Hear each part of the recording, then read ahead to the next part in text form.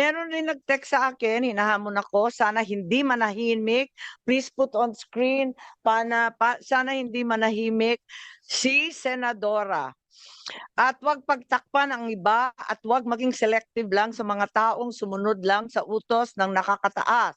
Isama nyo ang may-ari ng eroplano na yan dahil kasabwat din siya. Itodo nyo na, huwag half-cook. Andito po ang picture nung eroplano, kung makita ninyo sa Lawag City, ginamit muli ng ating Pangulo 30 March 2025 dahil daw pumunta sa isang rally March 28. Andito po yung record, kaya alamin natin sana sa kaap ano nga ito. Hindi ito ang kauna-unahang pagkakataon na ginamit ng Pangulo Bongbong itong eroplanong to at hinihiram nga ito ng iba't iba. Nandito rin sa Mindanews, kung makikita po ninyo, yung iba't ibang paggamit nito, nariyan din sa Davao, naglanding din sa Tawi-Tawi po. At ang nagbigay ng picture, tactical operations ng Sulu. At andito rin yung Puerto Princesa, gamit din po sa Palawan. So madalas gamitin ang eroplanong ito ng ating Pangulo at pinagtatakaan namin dahil napaka-stricto ng security para sa Pangulo, hindi po ba? At alam natin na meron rin naman presidential plane ang Air Force. Kaya't eto nga, nagiging himala kung bakit iba yung ginagamit at bakit nagamit ulit pagkatapos dinala si Presidente Duterte, ginamit ulit papunta sa amin sa Lawag. Yes, Senator Bato, please. Alam mo, Madam Chair, yung eroplano na yan, malungkot ang history ng eroplano na yan dahil yung eroplano na yan siguro, if it's being used by the presidents and the previous presidents, siguro yan yung eroplano na ginagamit ni Pangulong Duterte at baka ako, nakasakay rin ako niyan in one of our official duties, no, when we flew with the president, baka nakasakay tayo dyan at yan ang ginagamit na eroplano sa pag-perform ng kanyang official duties as President of the Philippines. At yan din ang eroplano na naghatid sa kanya sa kanyang huling hantungan ng ICC. Masyado ka namang sumusuko na. Wag mo na tayo sumuko, baka naman iuwi pa siya. Baka sana yung eroplano na rin yan ang magsundo sa kanya kapag siya ay binigyan ng pinag-bail ng ICC. Sana masundo rin siya ng eroplano na yan, Madam Chair. Maraming kababalaghan, sayang wala rito ang mga kaap at yung mga opisyal at iba pang testigo na makakapagbigay ng linaw sa sambayanan tungkol sa eroplanong Mahiwaga. Ngayon meron rin tayo sanang tanong tungkol kay Arnie Teves, yun maliwanag. Talagang nagkaroon ng red notice kay Congressman Arnie Teves.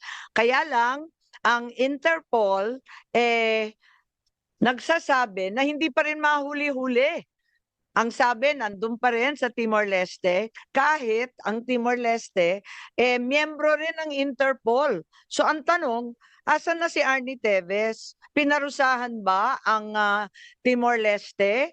Ang alam ko, di ba, hinatulan ng kanilang Court of Appeals na hindi po pwedeng ipadala sa Pilipinas. Bakit ganun? Pwede palang hindian.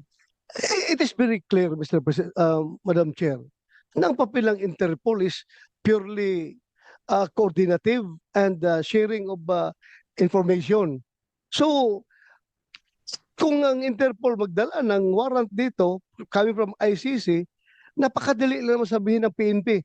Sorry, Interpol, I cannot cooperate with you because we do not recognize the jurisdiction of ICC at yung warrant na dala-dala ninyo, na ang basis sa inyong red notice or yung diffusion notice na yan ay yung warrant ng Interpol, hindi na namin yun na-recognize. So, bakit kailangan namin sundin? So, sorry, Interpol, pwede naman ganun eh. tayo, ang ginawa pa nating excuse ang Interpol para ibiyahe si Pangulong Duterte doon sa Dahig. Hindi ba yung Interpol, hindi naman pinaparusahan ang Timor-Leste kahit hindi sila sumusunod doon sa... Walang pagkaparusahan niya dahil Interpol exists for its members. Ang membro niya ng mga police organizations all over the world, nagbabayad yan ng annual pay doon sa annual fee sa Interpol para mabuhay yung operasyon ng Interpol. So, kung aalis ang Timor-Leste as member of Interpol, malaking kawawalan yan sa kanila. O kung aalis ang Philippine National Police, malaking kawawalan sa Interpol yan. wala naman palang parusa. Bakit atat na atat tayo na ipadala si Presidente Duterte sa The Hague? Diffusion lang yon, wala naman palang obligasyon.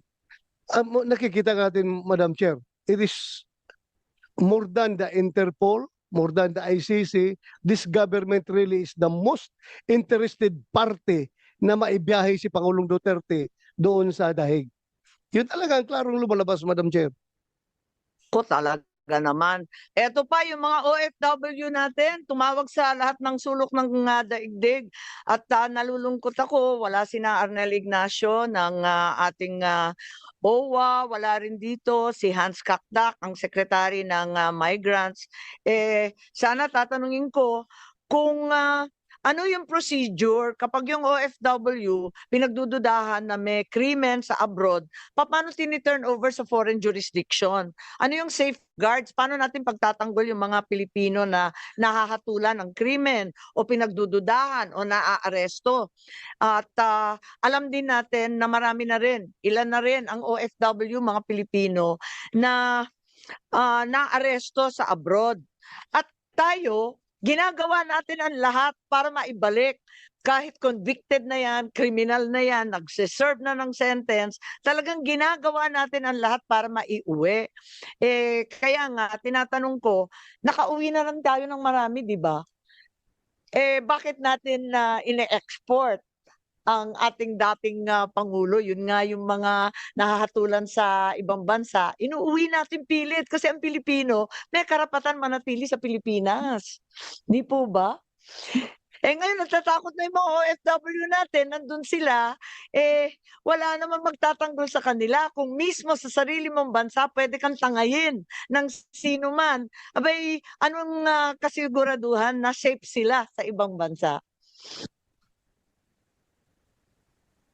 Hindi ko masagot at nahihiya na nga ako sa ating mga OFW. Hindi ko maintindihan kung ano masasabi sa kanila dahil nagagalit nga, ba't daw ganun ang nangyari. Pero magko-closing na lang po ako, palibasa wala tayong sagot sa araw na ito. Walang dumalo sa ating pagdinig, hindi nila dininig ang pulso ng bayan. Paano tayo uusad kung mismo mga dapat magpaliwanag ay nagtatago sa dilim? Paano natin mapapanagot ang mga ayaw sumagot? Pero hindi tayo titigil. Sama-sama natin ihahatid ang mga sabpina na hinanda ko na. Kailangan kasi pirmahan ng lahat ito ng ating Senate President Chis Escudero. Kailangan pirmahan ng lahat ito pagkat absent silang lahat ngayon. Upang kanyang pirmahan, patunayan na ang Senado ay malaya at matapang na naninindigan para sa mamayan. Sambayan ng Pilipino ang masusunod. Tayong mga lingkod bayan mula barangay hanggang Malacanang ay pawang tagapagsilbi lamang. Tagapakinig na sa daing, tagasagot sa mga tanong. Kung kaya ng isang matanda na may sakit na harapin ang walang respetong pag-aaresto, bakit ang mga duwag na ito ay wala sa ating harapan? Nako, magalit na kayo sa akin, pero hindi ba kaduwagan ang hindi sumagot? Sadyang naging duwag na nga ba ang mga Pilipino? Hindi ako papayag. Hindi rin papayag si Senator Bato. Hindi ako aatras tulad nila. Ipakita ko na ang Senado ay ang huling balwarte ng katapangan, ng katotohanan. Kung ang sigaw ng sambayanan sa ICC para kay PRRD ay bring him home, ang sigaw ko sa Executive Secretary Bersamin para sa mga pinoprotektahan niya, Bring them here to the Senate now. Ito naman si Attorney Delgra kasi nakita rin natin kung anong nangyari dito, no? Yung video kung saan si Attorney Delgra ini-invoke yung Article 59 at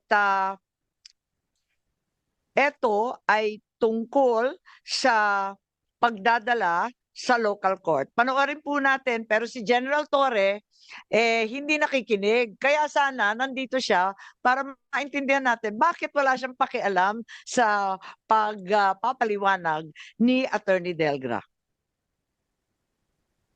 Hindi naman lahat, ilan ang hinuli ngayong araw na to, sir? Sa iba-ibang mga krimen.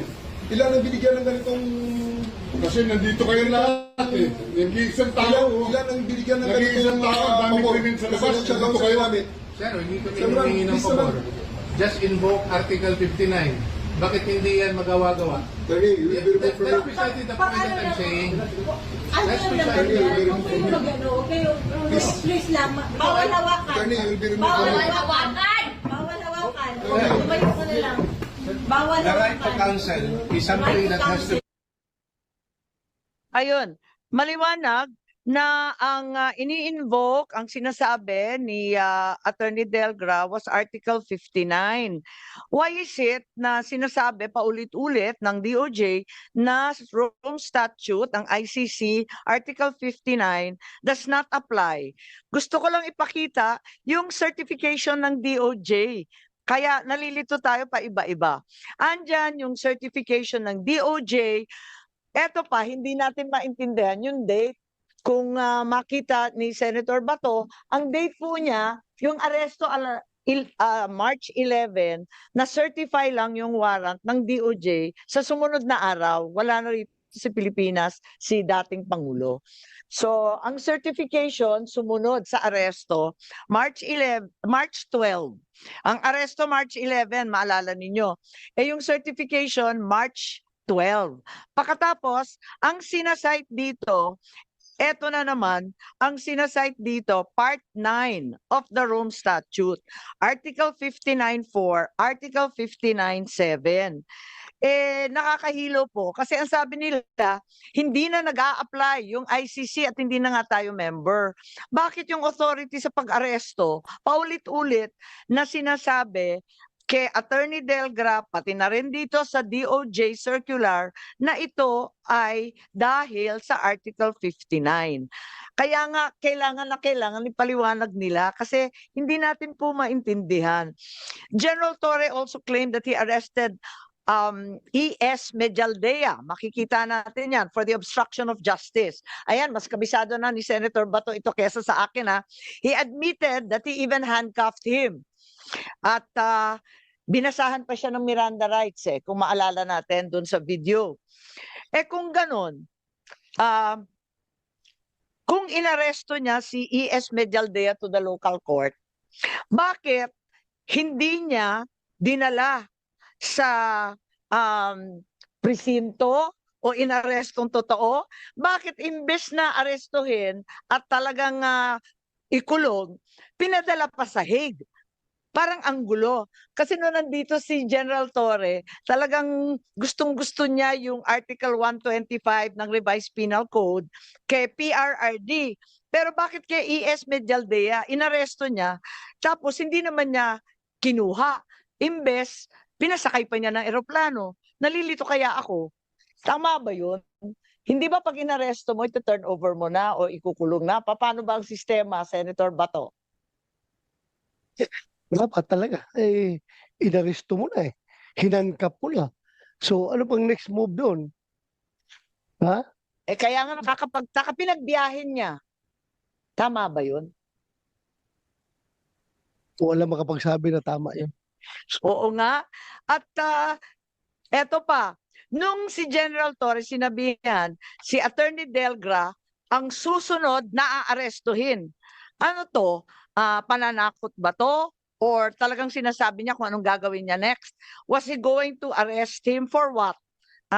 Was Attorney Delgra committing a crime? Wala naman di ba sa video, nakaupo lang yung tao Tapos, Bakit hindi niya tinuloy yung aresto kay Attorney Delgra? Gusto ko sana siyang tanungin eh. Bakit hindi niya tinuloy kung talagang may krimen na nagaganap ni Attorney Delgra? Dapat inaresto din niya. Ba't hindi niya ginawa? Kung wala namang krimen, ba't siya nananakot? Was this a threat? If it's a threat, isn't it the crime of grave threats na bawal sa ating kapulisan? Article 282 of the Revised Penal Code, threatening to commit the crime of arbitrary arrest and detention is clearly a grave threat. So hindi ba liable si General Torre dyan? Bilang tanyag na pulis at general, di ba Senator Bato, ano sa tingin ninyo? Hindi lang liable, Madam Chair, kundi sa nakikita ko talagang lasing na lasing siya sa kapangyarihan. Mukhang he went overboard. Lahat na lang binayulit niya. Madam Kaya Chair. nga sunod-sunod nga eh. Parang hindi naman tama to. Kaya sana nandito sila, pinagtanggol nila yung sarili nila kasi marami sa atin. Nagtataka, bakit ganon si Medialdea, nabasahan na, nahandcuff na, tapos hindi naman kinuha, pinabiyahe. Tapos yung isa, tinakot ng tinakot, wala namang ginagawa. At labag yun sa batas eh. O sige, iba naman topic ngayon sa doktor. Ito naman tayo sa doktor, ano? Dahil mapunta tayo sa ibang usapin, marami tayong naririnig at alam natin na may mga doktor na tumingin kay Presidente Duterte. Tignan natin. Ang balita, ang sabi, si Presidente Duterte tumaas ang blood sugar. Meron tayong nakikita dyan at ang balita, ayun, ayan, tumaas daw ng lampas ng 300 kahit may insulin shots na siya. Hindi bumababa ang kanyang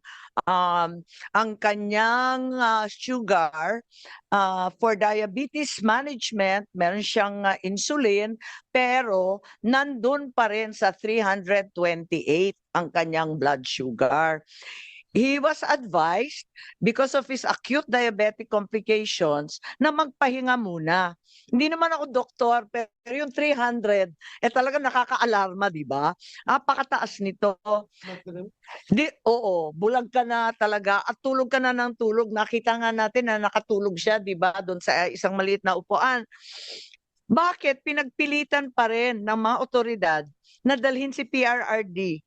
Tapos may stopover pa sa Dubai na napakahaba kahit ganito yung kondisyon niya. Sino yung doktor na pumirma ng travel certification? May balita kasi na ayaw ni Colonel Dr. Donald Palma, yung cardiologist ng AFP, ang sabi daw, lahat ito daw kasi maraming nakarinig, na wag daw ipagbiyahe kasi may sakit. Mahina yung kondisyon. Pero pinagpilitan. Sino si Dr. Jonathan B. Rico? Was he the commanding officer of the Air Force General Hospital? Bakit pinagpilitan na magbiyahe kahit ganun kataas? Hindi ba may Hippocratic Oath ang doktor na nagsasaad na kapag may sakit, obligasyon mong alagaan? Bakit ba nagmamadali? Hindi ba pwede mag-intay ng ilang oras para bumaba yung sugar, mabigyan ng gamot? Anong mangyayari kung pinahinga muna ng ilang oras o ilang araw para bumaba yung sugar? Nakakapagtaka. Isa pa, hindi naman niya doktor to Bakit hindi siya pinayagan na patawagin yung doktor? Di ba doctor of choice? Parang counsel of choice katulad ni VP Inday. Yun ang pinipili niyang abogado. Ang sabi nila, napakarami ng abogado dito. Hindi naman yun ang counsel of choice. Ito ring mga doktor na to, hindi naman doktor niya. Personal physician ang sabi. So lahat ito nasa military facility under the command of General Cordura. Na hanggang ngayon hindi pa rin sumisipot. Ilang beses sinabi ni VP Sara nung nakaraan, bakit yung AFP pinayagan ang PNP mag-take over ng Villamor? Sino nag-utos? So sino nagsabi kay General Cordura na si dating Pangulo ay dadalhin sa Villamor? Normal ba yan? Ordinary procedure ba yan ng PNP? Dadalhin bigla sa Villamor ang mga arestado? Hindi naman yata. Kasi plano na talagang ilipad sa dahig. Kaya doon sa airport nilagay. Oo. Para malapit doon sa nakaparking na Gulfstream na aeroplano. Ganun ba yon? Para ready na to ship out of the Philippines. Bakit hindi dinala na lang sa PNP facility? Palibhasa PNP naman ang nag-aresto, di ba? Si General Torre, bitbitin niya sa Krame o sa ibang Kaya nga, facility. yun, sabi nga ni Torre, well planned na yun. Ha? Oo nga, Hindi yun spur of the moment. tama. Bago pa dumating si Pangulong Duterte dito, naka-ready na yung Gulfstream na aeroplano doon, naka-standby malapit sa ah, yung facility sa Villamor, kung saan dinala si President Duterte doon. Dahil plano na talagang ilipad. Ano pa? Tama. At marami pang mga personnel ng PAF na nandun. At bakit daw dinala bigla sa VIP area? Sino yung doktor na nagbigay ng clearance para magbiyahe ang isang may sakit? Di ba AFP doctor din? So, ang ibig sabihin, yung aresto kay Presidente Duterte, military operation. Kasi puros AFP personnel, AFP Villamor, AFP personnel, pati yung doktor, pati yung tao doon. Anong masasabi natin? Alam mo, Madam Chair, that is the reason why I moved a while ago to issue subpoena dito sa mga tao na ito para masagot nila ito. Dahil mga sundalo naman yan sila eh. Mga sundalo naman yan sila. I understand the situation, they're just following orders. Pero pag umabot sa punto dapat, kung nakikinig yung mga kasundaluhan natin, mga kapulisan, pag umabot sa punto na yung order na ibinibigay sa inyo ay very unconstitutional na at klaro na may nilalabag ng mga batas, dapat tayo mga sundalo, mga pulis, mag-isip-isip rin tayo. Dahil ang ating oath is to serve and protect. Hindi po para mag-violate ng batas.